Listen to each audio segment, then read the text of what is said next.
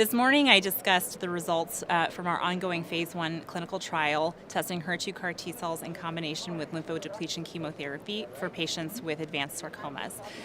The primary purpose of the study, as it was a phase 1 study, was to determine the safety of doing this, and we did see that we had very limited treatment-related toxicities and, importantly, no cardiac toxicities, which can be seen with other HER2-directed therapies.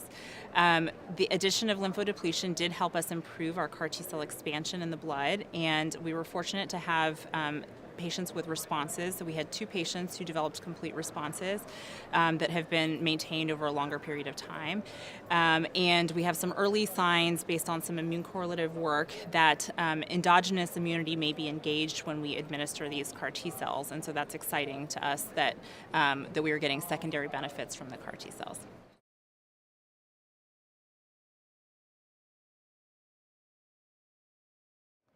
The next stages forward in our work are first to identify other tumor targets because we think that because solid tumors are heterogeneously expressing different proteins, that it may be important to target multiple things.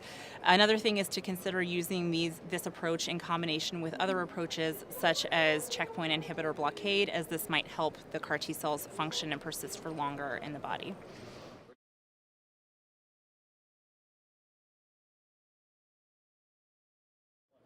We do think that this approach might be applicable to other tumor types, and we are looking forward to expanding this type of treatment to patients with other types of HER2-expressing solid tumors.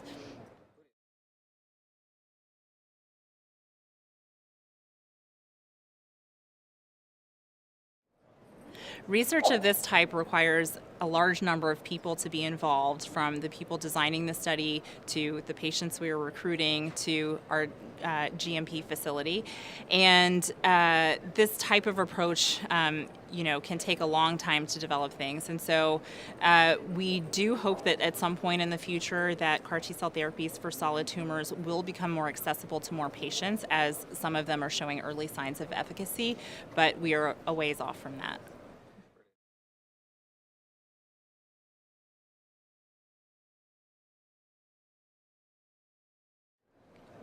Some of the barriers that are there that might make it more difficult for this to be generalizable to a larger number of patients.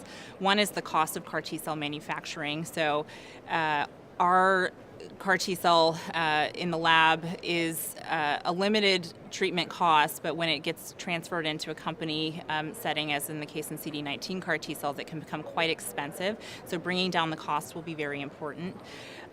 Secondly, that we need to show that efficacy studies in a larger number of patients so that we can determine which patients might actually benefit from this treatment, as not all patients respond.